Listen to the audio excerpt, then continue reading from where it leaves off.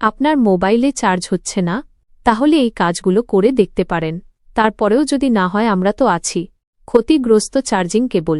এটি সবচেয়ে সাধারণ কারণ। চার্জারের তার ছেঁড়া, ক্ষতিগ্রস্ত বা অ্যাডাপ্টারটি নষ্ট হয়ে গেলে ফোন চার্জ হয় না। একটি অন্য ভালো চার্জার দিয়ে পরীক্ষা করে দেখুন। চার্জিং পোর্টে ময়লা জমা। ফোনের চার্জিং পোর্টে ধুলো, পকেটের আঁশ বা ময়লা জমে সংযোগে বাধা সৃষ্টি করে।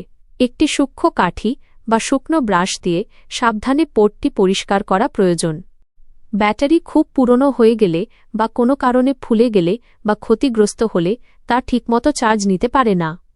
মাঝে মাঝে সফটওয়্যার বা অ্যাপ্লিকেশনের সাময়িক ত্রুটির কারণে চার্জিং বন্ধ হয়ে যায়। ফোন রিস্টার্ট করলে বা সফটওয়্যার আপডেট করলে এই সমস্যা ঠিক হতে পারে।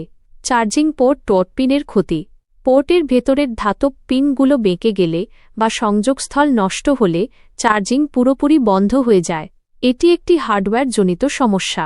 অতিরিক্ত গরম হওয়া। ফোন খুব বেশি গরম হয়ে গেলে ব্যাটারিকে রক্ষা করার জন্য ফোন স্বয়ংক্রিয়ভাবে চার্জ নেওয়া বন্ধ করে দেয়। ফোন ঠান্ডা হলে আবার চার্জ শুরু হয়।